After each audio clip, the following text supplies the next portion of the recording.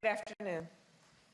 Today, the Supreme Court heard arguments in a case that could strike down the Affordable Care Act in its entirety. If the Supreme Court agrees with the opponents of the act, their decision could take health care away from 20 million Americans. It could take away protections from more than 100 million people with pre-existing conditions in our country and hurt the millions of Americans who have come to rely on the Affordable Care Act. Getting rid of the Affordable Care Act will take us backward to a time when people could charge a woman more for her health care than they could charge a man, simply because she's a woman. To a time when pregnancy could be considered a pre-existing condition. It will take away free birth control and contraceptive coverage for women. This is all happening at a moment when our country is suffering through a pandemic that has claimed more than 238,000 lives. And we all know that if the Affordable Care Act is struck down, communities of color would be hit particularly hard: Black, Asian, Hispanic, and Native American, because they are at a greater risk of pre-existing conditions, from asthma to diabetes to lupus. And they are also 3 times as likely to contract COVID-19 and twice as likely to die as others. Now, I know we all know that we just had an election in America. An election where health care was very much on the ballot. Our country had a clear choice in this election. Each and every vote for Joe Biden was a statement that health care in America should be a right and not a privilege. Each and every vote for Joe Biden was a vote to protect and expand the Affordable Care Act, not to tear it away in the midst of a global pandemic. And Joe Biden won the election decisively, with more votes than have ever been cast in American history. It amounts to 75 million voices and counting, calling on the Supreme Court to see this case for what it is: a blatant attempt to overturn the will of the people. And the President-elect and I cannot let that happen. And now it is my honor to introduce President-elect Joe Biden.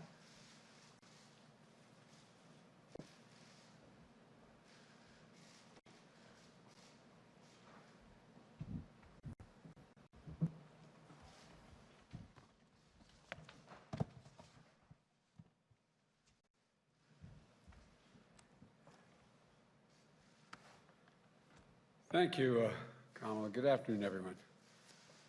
This morning, as was stated, the United States Supreme Court heard oral arguments on the case of grave importance to the American people. This case represents the latest attempt by the far-right ideologues to do what they've been repeatedly failed to do for a long time. In the courts, in the Congress, in the court of public opinion, over the last decade, to eliminate the entirety of the Affordable Care Act.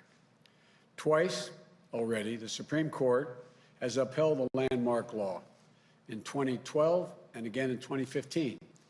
And the Congress, expressing the popular will of the American people on a bipartisan basis, has rejected numerous attempts, numerous efforts by President Trump to erase the law as well. Now, in the middle of a deadly pandemic that has infected more than 10 million Americans, nearly 1 in every 32 Americans, often with devastating consequences to their health. These ideologues are once again trying to strip health coverage away from the American people.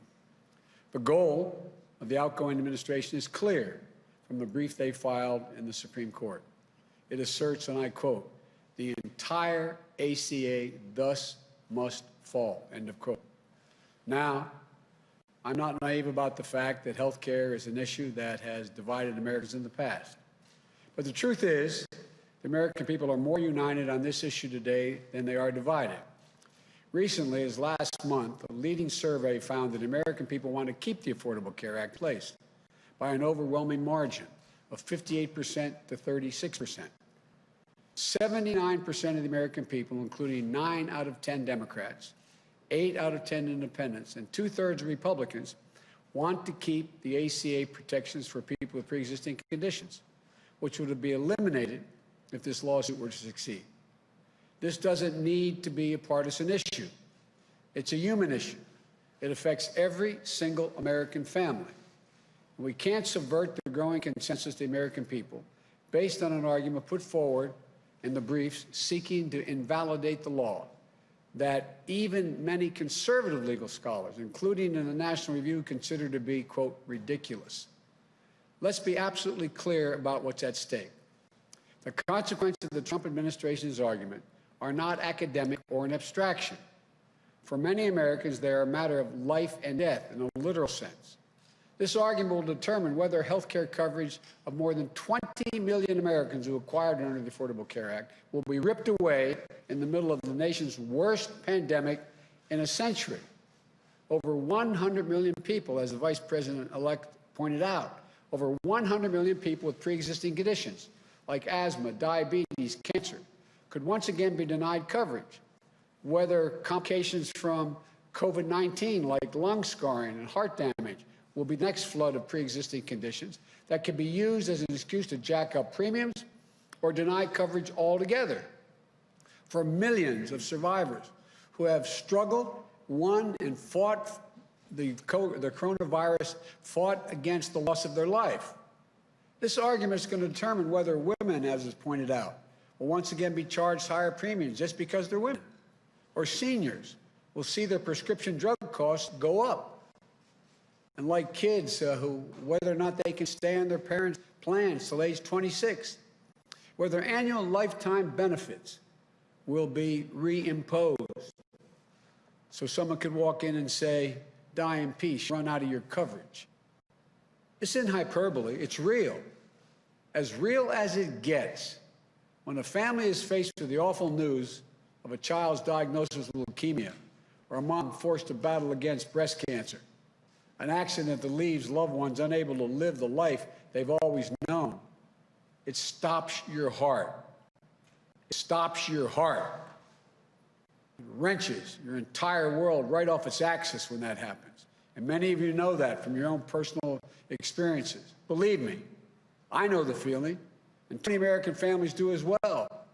In that moment, the very last thing on your mind, the very last thing should be on your mind, is whether you can afford the treatment. Affordable Care Act was created to put a stop to that inhumanity. It was created to ensure that families thrust into their worst nightmare of their lives could focus not on money, but on the fight that really matters. Obamacare is a law that every American should be proud of.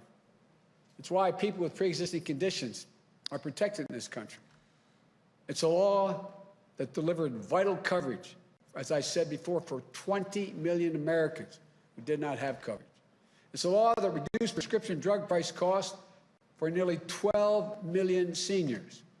It's a law that saved lives and spared countless families from financial ruin. So this effort to bypass the will of the American people, the verdict of the courts in the past, the judgments of Congress, in my view, is simply cruel and needlessly divisive. Regardless of the outcome of this case, I promise you this: beginning on January 20th, the Vice President-elect Harris and I, we're going to do everything in our power to ease the burden of health care on you and your families. I promise you that. As I said, I will protect your health care like as my own family. And we've been, unfortunately, significant consumers of health care. That starts by building on the Affordable Care Act, with the dramatic expansion of health care coverage and bold steps to lower health care costs. My transition team will soon be starting its work to flesh out the details so that we can hit the ground running, tackling costs, increasing access, lowering the price of prescription drugs. Families are reeling right now, particularly the reporters in this room and others listening. You've interviewed a lot of these people around the country as you've gone all over the world, all over the country, enduring illnesses, faced with risky choices, losing their employer plans in droves. Already 10 million have already lost their employer plans. They need a lifeline, and they need it now. They should have to hold their breath. They shouldn't be in that position, waiting to see if the Supreme Court is going to wrench away the peace of mind they've come to now rely on. So we're going to get right to work, I promise you, addressing the issues that families are talking about around their kitchen tables this morning, making sure that they can get in bed tonight with the peace of mind that they deserve, and fulfilling a moral obligation to ensure that here in America, healthcare is a right for all, not a privilege for a few. So come January, we're going to work quickly with the Congress to dramatically ramp up healthcare protections, get Americans universal coverage, lower healthcare costs as soon as humanly possible. That's the promise I make to you. We're going to fight for your family's health coverage the same way we fight for our own family's health coverage. We want every single American to know, if you're sick, if you're struggling, if you're worried about how you're going to get through the day, we will not abandon you. That is a promise. We'll not leave you to face these challenges alone. We're going to get through this. We're going to get through it together. And we're going to build a healthcare system that puts you and your families first, and that every American can be proud of. I want to thank you all for listening. May God bless you. May God keep you safe in this COVID environment, and may God protect our troops. Now I'm told that we're going to have, we're going to take 5 questions or thereabout. Okay. Thank you, Mr. President. During the campaign, you said you were not naive about how difficult it would be to unite the country. It's now 3 days after you were projected as the president-elect. The president himself says he has won this election. His own administration has not moved forward to give you access to what you need to do to begin the work of your transition. Just a few minutes ago, the Secretary of State, when asked if he would cooperate with a smooth transition, he said there will be a smooth transition to a second Trump administration. I wonder if you have a message for the president who may well be watching right now, and how do you expect to be able to work with Republicans when so many have thus far refused to even acknowledge your victory? Well, first of all, we are already beginning the transition. We're well underway.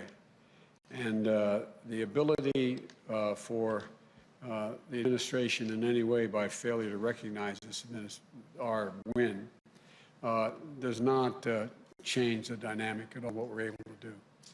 We've announced yesterday, as you know, the health group that we put together today. We're going to be moving along in a consistent manner, putting together our administration, the White House, and reviewing who we're going to pick for the cabinet positions. And nothing's going to stop that. And so I'm confident that the fact that they're not willing to acknowledge we won at this point is not of much consequence in our planning and what we're able to do between now and January 20th. You have a response to Secretary Pompeo, and I also wonder, you warned during the campaign that as the walls closed in on the president, he would behave more erratically. Yesterday, he fired his defense secretary on Twitter. Are you worried that he's disabling the government? And what are you saying to the world leaders who are calling you at this point about the situation here? First of all, I'm letting them know that America's back. We're going to be back in the game. It's not American alone. Number one, I've had the opportunity to speak with now 6 world leaders.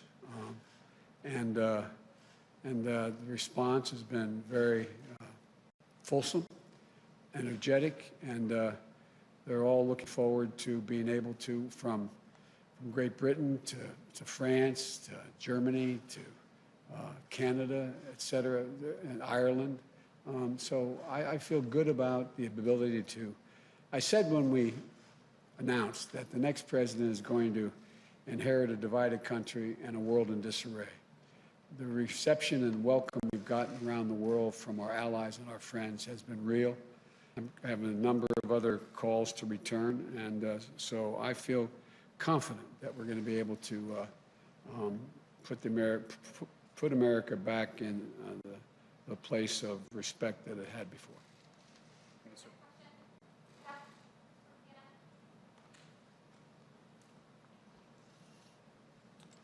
Mr. President-elect, Senate Majority Leader Mitch McConnell has suggested today that he may not recognize the outcome of this election until the Electoral College meets next month. Have you spoken to your longtime friend in the Senate, Mr. McConnell, and what do you make of his specific comments over the last 24 hours?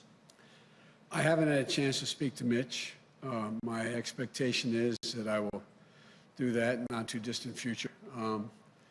I think that the whole Republican Party has been put in a position, with a few notable exceptions, of being mildly intimidated by the sitting president. But there's only one president at a time. He's president. We're going to have the Electoral College. Will be making their judgment in December. It'll be announced in early January. But in the meantime, I hope to get a chance to speak to Mitch. If I could follow up, without transition funding, will you be able to go through with the proper transition that's needed? Would you like access to the PDB, and will you authorize legal action, or would that be too divisive, do you believe? We can get through without the funding. We're in a position that we feel very good about. There's nothing that slows up our efforts to put things together. Obviously, the PDB would be useful, but it's not necessary. I'm not the president now. And so we don't see anything that's slowing us down, quite frankly. Thank you.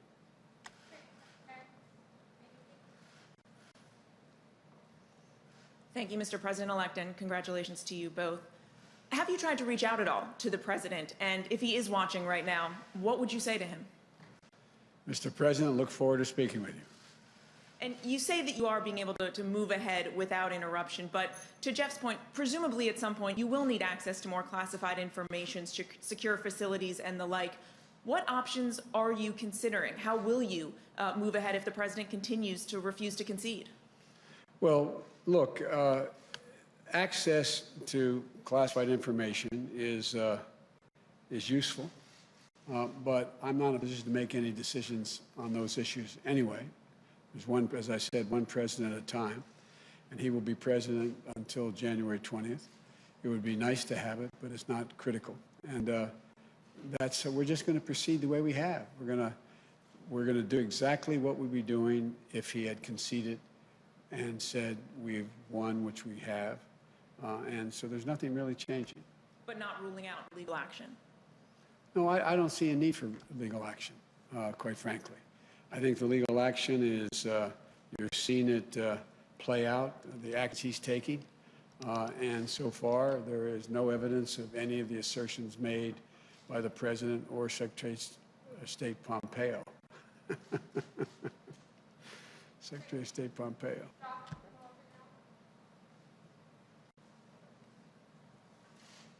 Thank you, Mr. President-elect. Democrats are on track to lose a handful of seats in the House of Representatives. That could make it harder to pass legislation with just Democratic votes. And I'm just curious, how does that impact your plans for what priorities you think you can get through this Congress, especially if the Senate remains in GOP control? And during the lame duck, will you be coordinating with Speaker Pelosi on how she should be negotiating with Republicans? Well, I've spoken to the leader, and I've spoken to the minority leader in the House. And one of the urgent things that need to be done is people need relief right now. Right now. Small businesses, people who are about to be evicted from their homes because they can't pay their mortgage, unemployment insurance. You know, what's going to happen is you're going to see what people don't realize is the failure to provide state and local assistance. You're going to see police officers, firefighters, first responders laid off. And I think the pressure is going to build. But the fact is that I would hope that the president at least has the sensitivity and knowledge to know that a lot of people are in real trouble right now, between now and the time we get elected, till we get sworn in. And so it's my hope and expectation. I'm sure that the majority, the Speaker of the House, as well as the minority leader, are working right now on the priorities they have laid out. But Do you plan to be active in those negotiations, working with Speaker Pelosi to represent Democrats in the table? Well, we've been talking, and they know my views, and I support what they're doing. And then my second question was about the Senate. Do you plan to campaign in Georgia before your inauguration to help Democrats in the 2 runoff races there as they try to flip the Senate? And how important is a Democratic-held Senate to your agenda? Well, obviously, it'd be much better if we had a tie in the Senate, which means that this Vice President become incredibly important beyond what she already is. But we're going to do anything we can that they think we can do to help. And does a Democratic Senate help your cabinet chances? Does that change how you consider who you nominate to cabinet posts? No, I don't think so. I take McConnell at his word. I understand he said that he will make it clear who he's prepared to support and not support, and that's a negotiation that I'm sure we'll have. Look, one of the things that I would do as president-elect and when I become president is lay out to the Republicans as well as the Democrats who we intend to name for each cabinet position. I hope we're able to be in a position to let people know at least a couple that we want before Thanksgiving, and we'll just work this out. Look, I am not a pessimist, as you know, and I think there are enough Republicans who have already spoken out, but I think there will be many more, not many more, there'll be a larger number once the election is declared and I'm sworn in to be able to get things done. I think they understand. For example, I can't imagine there not being a willingness on the part of Republicans. There's going to be significant pressure to deal with health care. Their own constituencies are in that position. So I'm not, I think we can get a lot done. Thank you. And one last question from there. Sir, what do you say to the Americans that are anxious over the fact that President Trump has yet to concede and what that might mean for the country? Well, I just think it's an embarrassment, quite frankly. The only thing that, how can I say this tactfully? I think it will not help the president's legacy. I think that I know from my discussions with foreign leaders thus far that they are hopeful that the United States democratic institutions are viewed once again as being strong and enduring. But I think at the end of the day, you know, it's all going to come to fruition on January 20th. And between now and then, my hope and expectation is that the American people do know, do understand that there has been a transition. Even among Republicans who are people who voted for the president. I understand the sense of loss. I get that. But I think the majority of the people who voted for the president, a lot voted for him, a significantly smaller number, but a lot voted for him. I think they understand that we have to come together. I think they're ready to unite, and I believe we can pull the country out of this bitter politics that we've seen for the last 5, 6, 7 years. And just to follow up on a previous question, how do you expect to work with Republicans if they won't even acknowledge you as president-elect? They will. They will. Thank you all so very much. Thank you.